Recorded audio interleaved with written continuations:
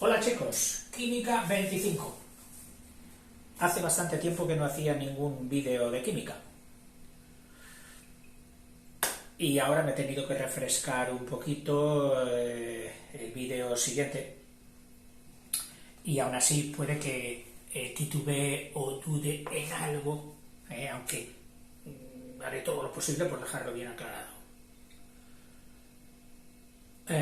Se trata de dos elementos, el oxígeno y el nitrógeno, ambos importantísimos. Y no digo solo importantes en la naturaleza, sino para nosotros mismos. Ahora mismo estamos metiéndolos por nuestra nariz, los dos, nitrógeno y oxígeno, tú lo sabes. Bueno, dice, el oxígeno es el elemento más abundante en la Tierra.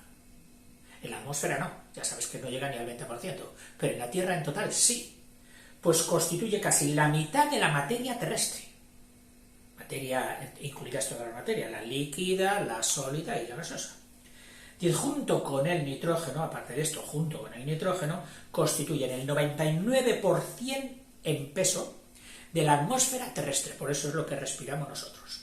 El 99% es una mezcla de oxígeno y nitrógeno. En la clasificación periódica, pues ocupan el primer lugar de sus grupos, es decir, el grupo vertical empieza uno por el oxígeno, el azufre, selenio, etc., y otro, el de al lado, de la derecha, por el nitrógeno, fósforos, etc. Respectivamente. Y ambos elementos tienen moléculas biatómicas, es decir, para que ese elemento, el oxígeno, esté estable, se combina de dos en dos formando lo que se llama pues una molécula. Este átomo con este átomo forma, cada rayita es un enlace covalente y otro enlace covalente. Tiene dos enlaces covalentes y esto es lo que normalmente llamamos O2. Por eso decimos que el oxígeno es una molécula biatómica. Bien, algo parecido pasará con el nitrógeno, pero no solo tiene dos, tiene tres. Por eso tiene todavía una unión mucho más fuerte entre ellos. Y esto es lo que llamaremos nosotros el N, el N biatómico.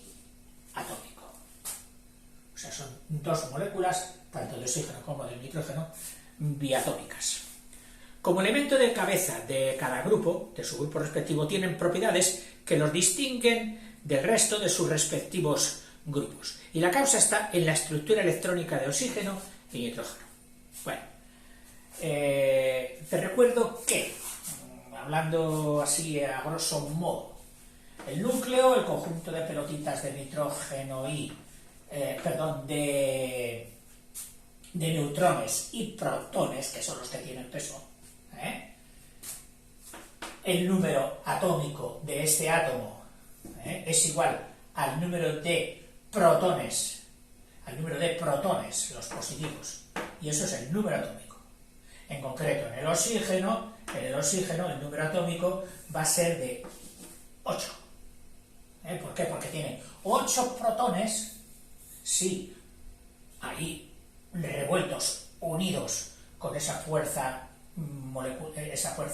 atómica, la fuerza intraatómica, con los neutrones respectivos. Los neutrones suelen ser en un número similar al de los protones, pero a veces tienen más y a veces tienen menos, que es lo que hace que se llamen isótopos. Claro, esto variará la masa atómica de los distintos átomos. Bueno, y luego tiene pues sus 8 electrones para compensar en carga electrostática o eléctrica a los protones, que son positivos, pues por aquí estarían los negativos, y están ordenados o puestos en niveles. El primer nivel es el nivel 1, que se le suele llamar el nivel S. Luego está el nivel K. Luego está el nivel L, el nivel 2, que sería el 2S.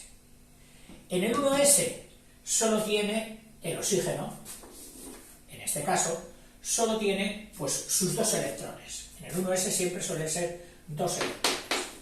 Entonces, su configuración en orbitales sería, en el 1, 2 electrones, coma, En el 2, pues tiene, en el 2, en el nivel 2, tiene dos electrones muy similares a estos, pero con un radio mayor, que son los formales. ¿Qué formalitos estos? Claro, tienen cada uno, esos dos electrones tienen un spin diferente y se conjugan entre ellos y forman un doblete de electrones muy estable. Sin embargo, los dos que quedan, puesto que ya, sin embargo, luego está en este mismo nivel, en el nivel 2, otros dos colocados, ya no en configuración S, que casi es esférica, sino en configuración llamada P, P, y tiene dos formalitos que estarían moviéndose en el plano de las X, que no significa que sea el plano, sí, plano de las X, pero no significa luego que su recorrido sea circular, ni siquiera elíptico, puede ser incluso así en forma de 8 o de mancuerna que llaman. Tiene dos formalitos. Y ahora tiene en otro plano, en el plano de las I's, también del nivel 2, en el plano de las I's tiene uno loco, con un spin. Levógiro hacia la izquierda o destrógiro hacia la derecha. Y tiene otro hermano suyo, tan loco como él, que lo pondríamos en un plano Z, también separado. Estos dos locuelos están deseando encontrar novia como sea, encontrar pareja. Y como dentro de su átomo no lo tienen, lo buscan fuera. Y eso es lo que marca la reactividad. A ellos se les llama electrones de valencia. De valencia. Bien. Esto por lo que respecta al oxígeno.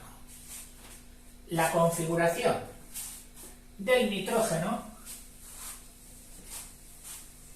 del átomo de nitrógeno,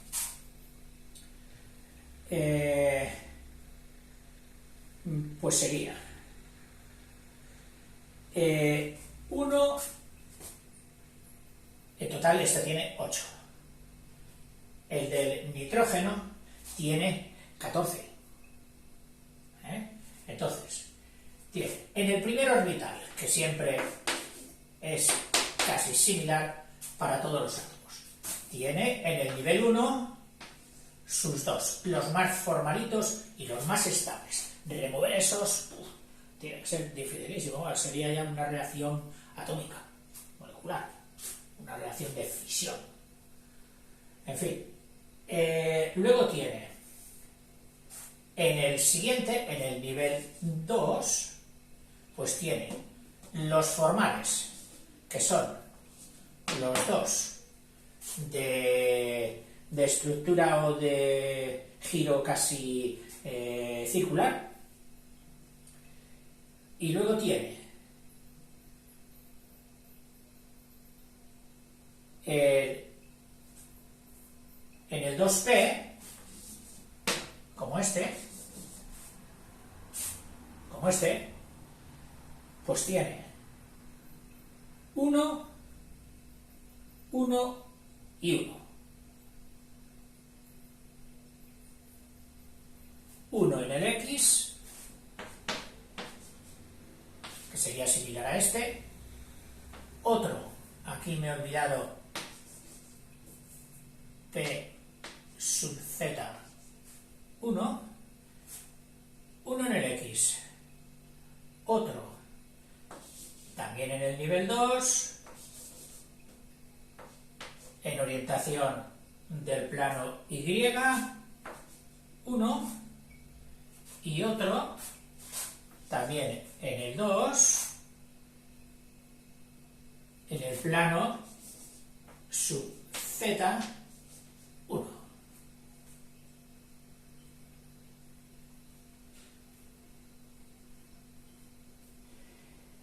Por lo tanto, tiene 3 locuelos. El oxígeno tenía 2 y este tiene 3 locuelos.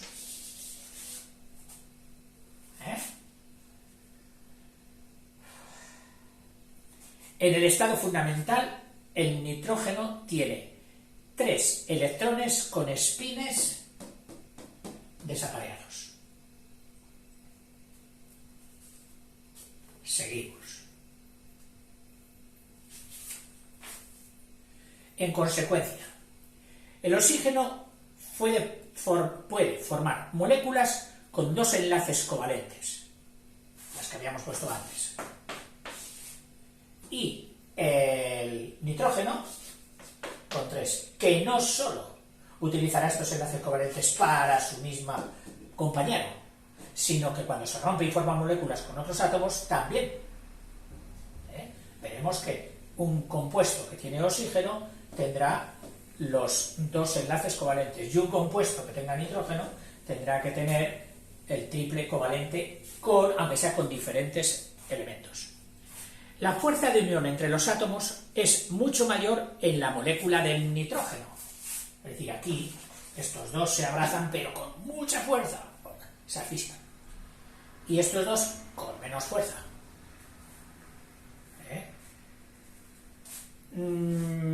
Y es mucho mayor en la molécula que la del oxígeno. Porque se necesita mucha, yo más que por qué diría, por lo tanto, se necesita mucha mayor energía para disociar, para separar, para romper la molécula de nitrógeno que la de oxígeno. Y nos pone unos datos, unos ejemplos. Fijaros, la energía de disociación, es decir, el calor que hay que dar para romper las distintas moléculas, dice de 170 kilocalorías por mol, que ya recuerda lo que era el mol, era el peso atómico en gramos de una molécula. El peso atómico, el mol de oxígeno, por lo tanto tendría, al ser la molécula 8 y 8, 16, sería de 16 gramos, y la de nitrógeno, que es 14 y 14, sería 28. La molécula, 28 gramos, un mol. Que estaba combinado, estaba supeditado a que tuvieran el mismo número, todos los moles, el mismo número de átomos, independientemente de la sustancia que fuera, que eso es lo que descubrió el famoso Avogadro, que era aquel número, el 6 por 10 a la 23, creo recordar, número de átomos. Bien. Dice, por tanto, y esto para el nitrógeno. Para el oxígeno, pues sensiblemente inferior, solo 116 kilocalorías por mol.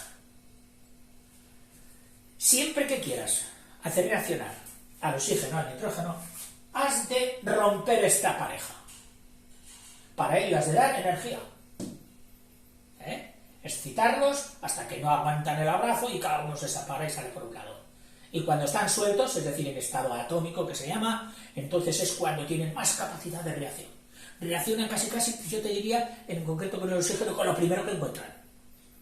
Se abrazan a él como una lapa. Por eso lo oxidan todo, y hay tantas oxidaciones en la naturaleza.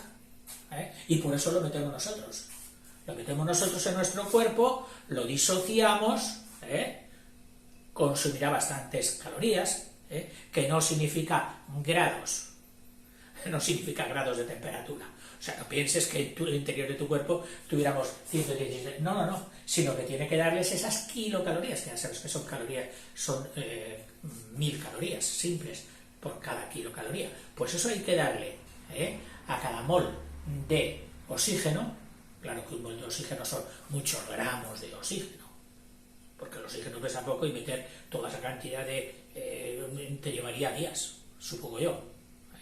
O sea que se mete la fracción correspondiente a los miligramos o a los microgramos de oxígeno que metemos en nuestro cuerpo. Pero bueno, la cuestión es que tenemos que disociarlo. ¿Para qué? Para mezclarlo, en definitiva, con el carbono que metemos por otro lado, con los elementos con los alimentos, y como es una reacción exotérmica, sacamos el calor vital, el calor que nos produce y que nos permite seguir viviendo. Cuando morimos, fuera el calor, nos quedamos fríos. Bien. Dice, por tanto, el nitrógeno será menos activo que el oxígeno. Vamos, que el oxígeno lo sacan a bailar enseguida. ¡Pum! Ya está bailando. El nitrógeno, no, todavía no.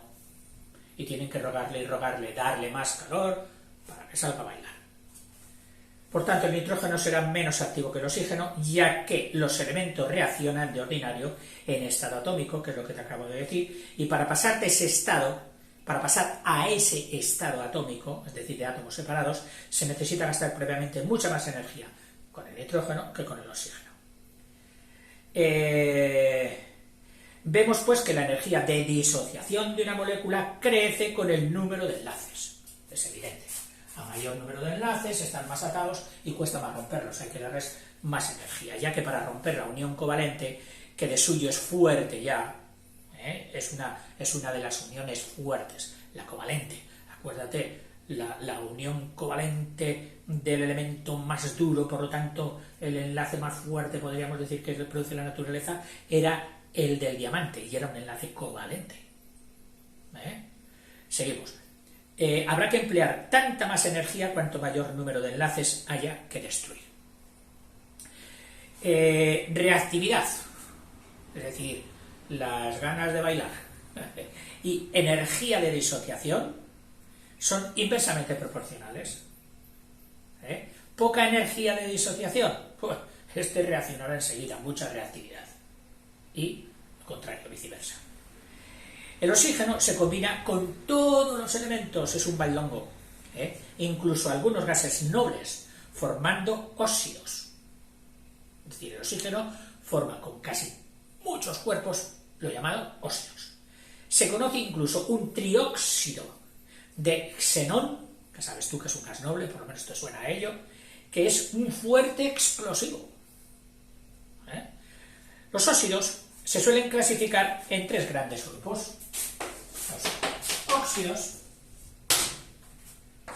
en tres grandes grupos. Los óxidos iónicos. Óxidos iónicos cuya configuración molecular sabes que está cargada muy polarizadamente. Es decir, donde las cargas negativas se han colocado a un extremo y entonces estamos formando como un imán. Entonces, romper esa estabilidad eléctrica pues es más fácil que si fuera covalente. Son los iónicos.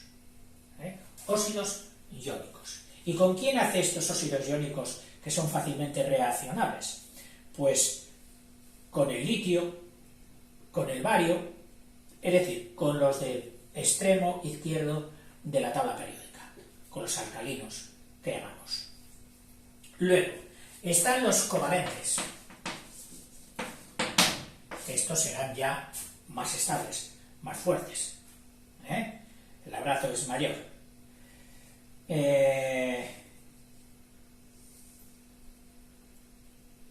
A ver, espera. Óxidos covalentes. Ejemplo, como el del azufre, el SO2, aquí el SO2 y el CO2, el famoso anhídrido carbónico, o también dióxido de carbono. Dióxido de carbono, y este podríamos llamarle también dióxido de azufre. Estos son los covalentes.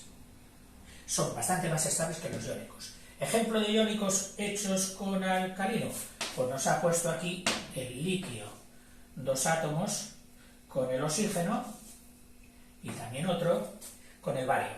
Como el bario tiene valencia 2, pues con un solo de átomo ya se compensa con uno solo de oxígeno. Eso serían óxidos. Pasamos a los óxidos intermedios. Ni iónicos ni covalentes, y su reactividad también será pues una cosa intermedia. Y nos pone el ejemplo intermedios,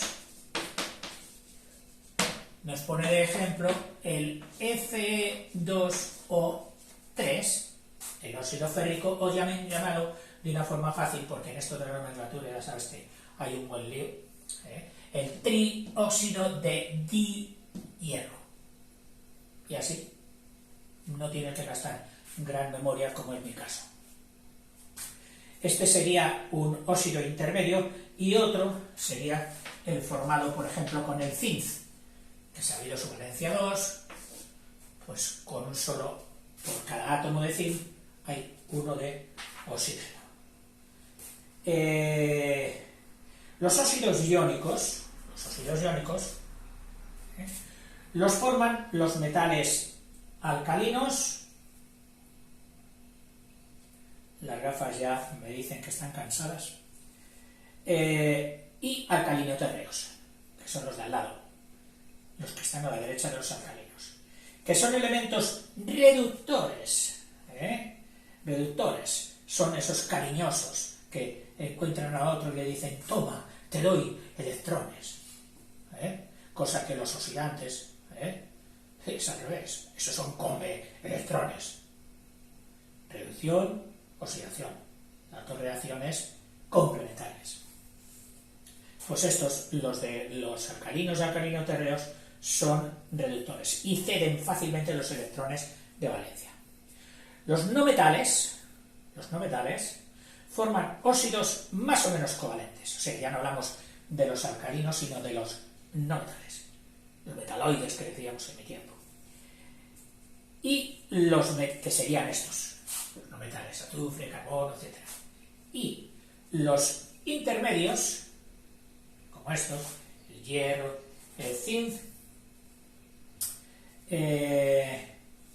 dice, los no metales forman óxidos más o menos covalentes.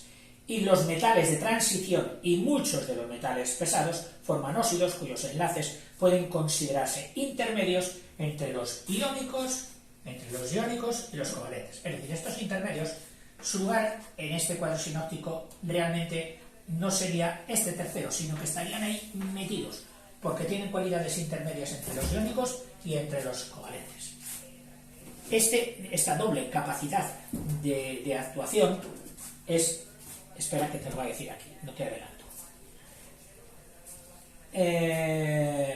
Los óxidos iónicos, estos, si reaccionan con el agua, forman hidróxidos o bases, que era como nos enseñaban a nosotros la formulación. Nos decían, coge un óxido alcalino, lo juntas con la molécula de agua, ves, y te ha salido un hidróxido o base. Esos serán los hidróxidos. Los óxidos covalentes, estos, dan ácidos al reaccionar con el agua. Es decir, estos con el agua dan hidróxidos o bases. La sosa, famosa base. Y estos, al reaccionar con el agua, dan ácidos famosos, el sulfúrico, etc. Al reaccionar con el agua. Y muchos óxidos intermedios, que eran los siguientes, no reaccionan apreciablemente con el agua. Es decir, estos sí, reaccionan con el agua, más agua. Estos darían los hidróxidos o bases, y estos darían los ácidos. Y estos no reaccionan con el agua. Qué asco. Apenas reaccionan con el agua.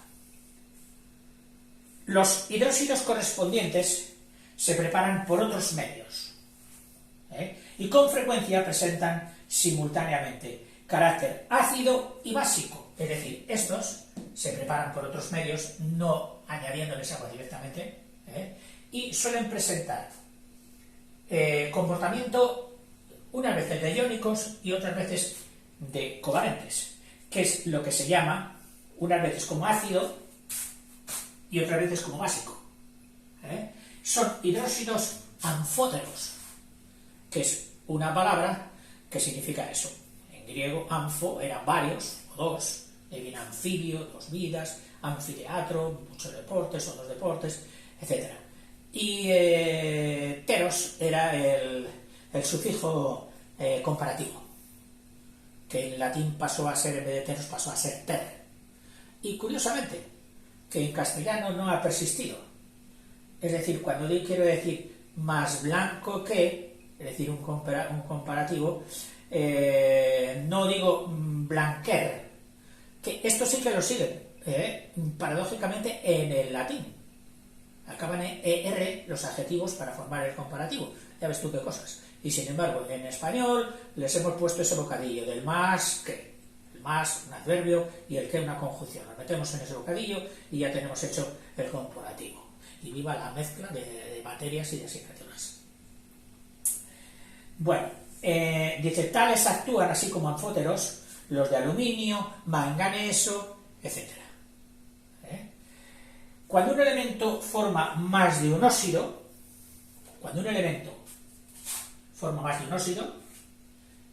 ahí nos va a poner ejemplo, por ejemplo con el cromo, forma más de un óxido, el más covalente, que sería también el más estable, es el que tiene la valencia superior.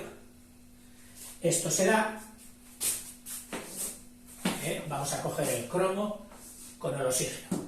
Si actúa como 6, o sea, con 6 electrones, entonces lo haría con 3 átomos de oxígeno, porque el oxígeno indefectiblemente siempre actúa con 2. Entonces serían 2 del oxígeno por 3, 6. Con 6 está actuando el cromo. Este sería el covalente, el que está hecho con la valencia superior, que es la valencia 6 del cromo. Luego estaría el intermedio. El intermedio, que sería 2 átomos de cromo con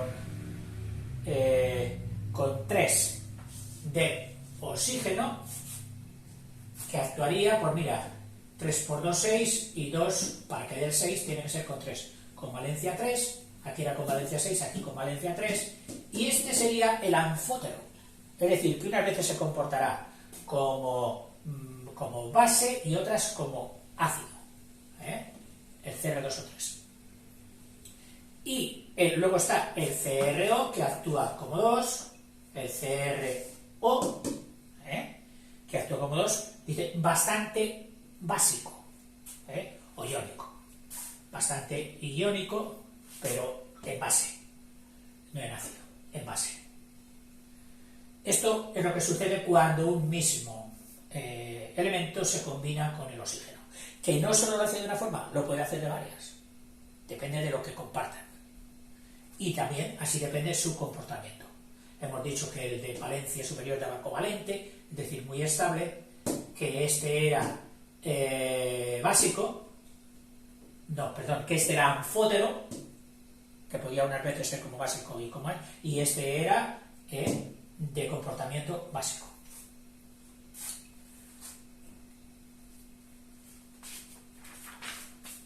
Que se me había pasado la página, la haría muy buena.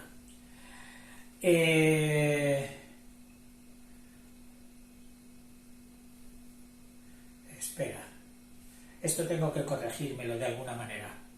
Lo del dedito no me sirve porque tengo que escribir. Bueno, perdonad. El nitrógeno, por el contrario, ahora viene el nitrógeno, por el contrario, no se combina, así como el oxígeno con casi todos, el nitrógeno no se combina con ningún elemento a la temperatura ordinaria. Es decir, a temperatura ambiente el nitrógeno es de lo más estable. Muchas veces incluso se mete gas nitrógeno para procurar que algo no reaccione. No, esto va metido en nitrógeno. ¿Qué sé yo? Pues a veces para compensar la presión. Se me está ocurriendo ahora que me parece que eran las pelotas de tenis, que vienen en esos botes cerrados como si fueran aceitunas, y dentro tienen un gas que les mantiene a presión para que la pelota no se haga grande. No sé qué presión tendrá, si de una atmósfera o demás. Pero el gas que suelen meter, pues meten un gas que sea inerte, no un gas que vaya a reaccionar con la goma o con la pelusa de la pelota. Y se suele coger el nitrógeno. Y para otras cosas, pues parece ser que también.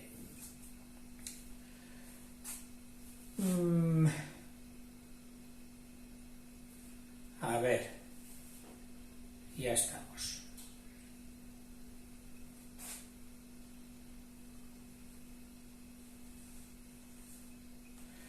Se combina, la verdad, solo se combina con los metales alcalinos, es decir, con los de la izquierda, el litio, etcétera, etcétera, o alcalinos térreos, los siguientes, formando los llamados nitruros, si previamente se le comunica una gran energía, que nosotros hablábamos en la química elemental, que si el ácido sulfídrico reaccionaba con el litio, pues ahí podría dar los sulfuros, pero tratándose del nitrógeno, NH3,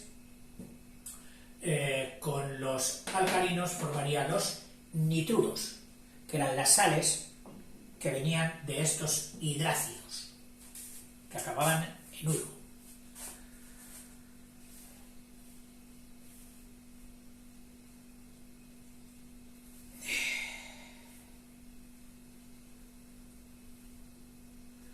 Solo si se combina con metales alcalinos o alcalino-térreos formando nitruros, si previamente se le comunica una gran energía.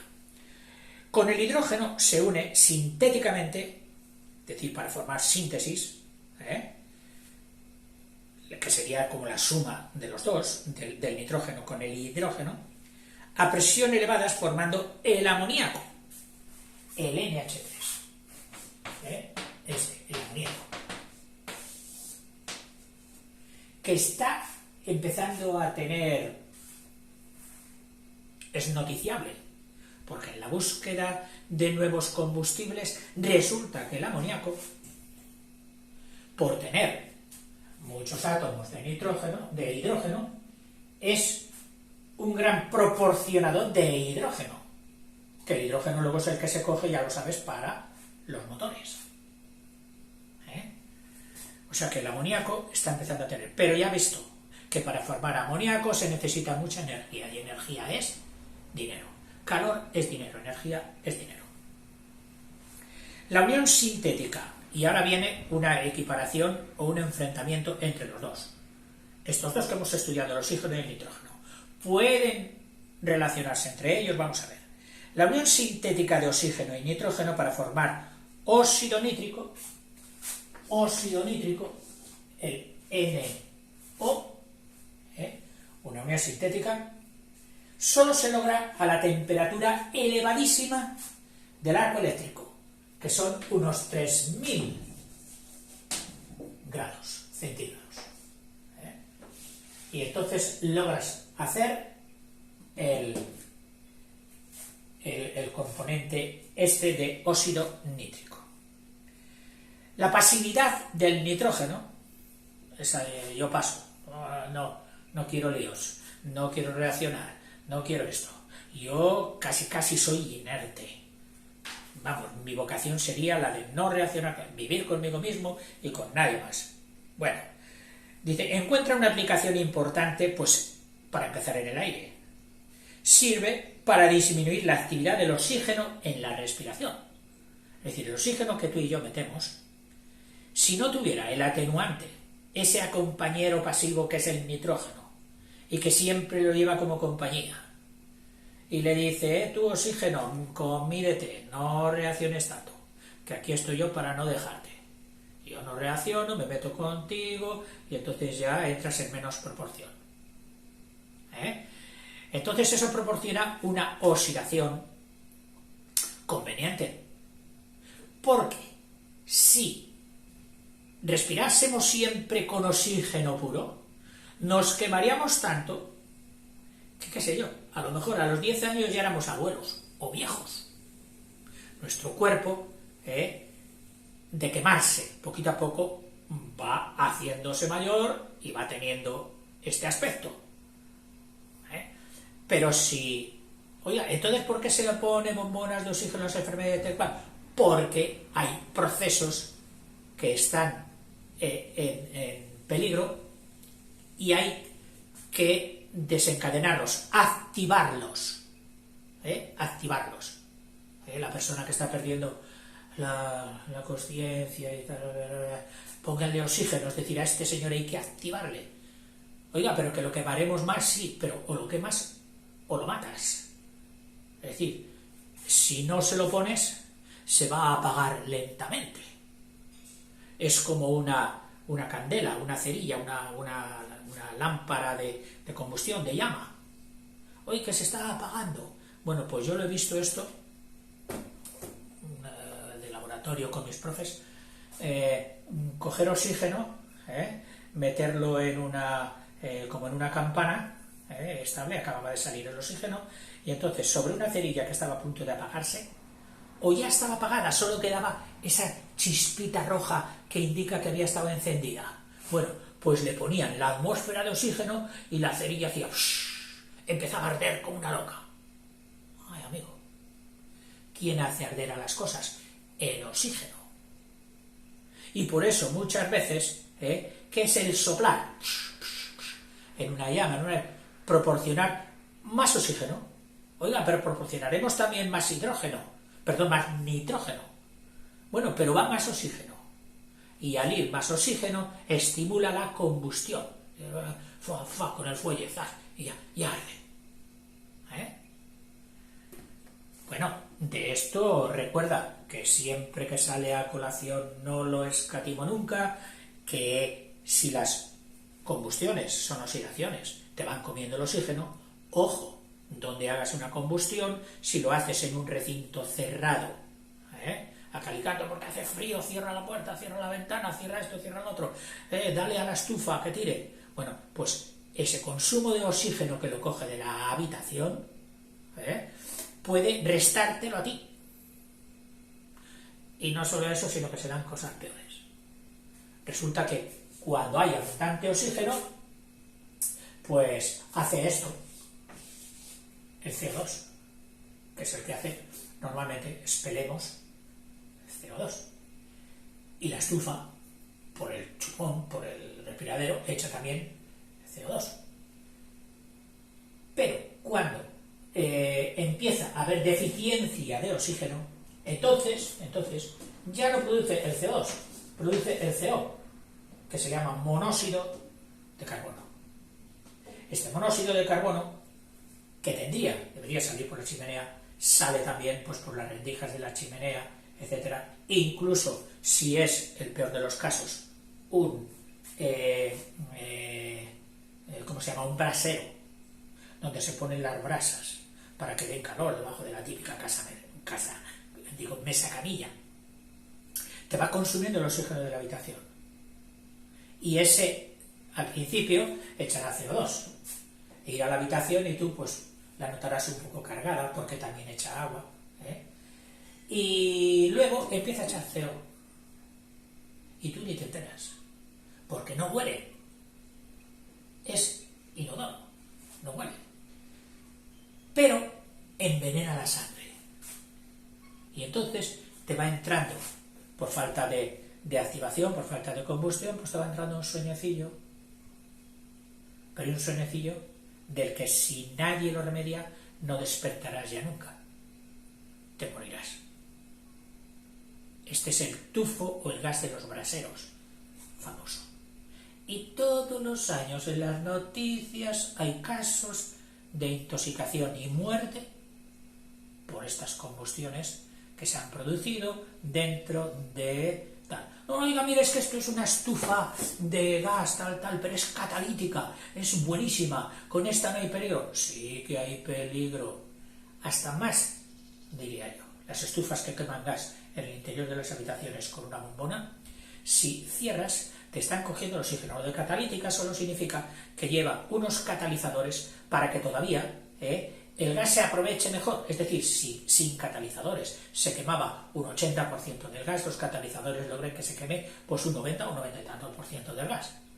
Con lo cual, el consumo de oxígeno todavía es mayor. Y ahí sí que te puedes quedar pues con el sueñecito, ¡ay, qué gustito! Y no despertar más. En fin, me sabe mal acabarte con esta... En fin, Pues hasta aquí. Y muchas cosas más.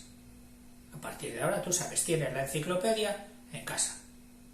La mejor del mundo. La que nunca ha existido hasta ahora. Que es las redes sociales. Bueno, son las redes de conocimiento. El Google y compañía. Donde puedes ampliar y resolver tus dudas.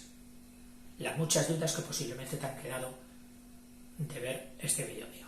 Hasta luego, chicos.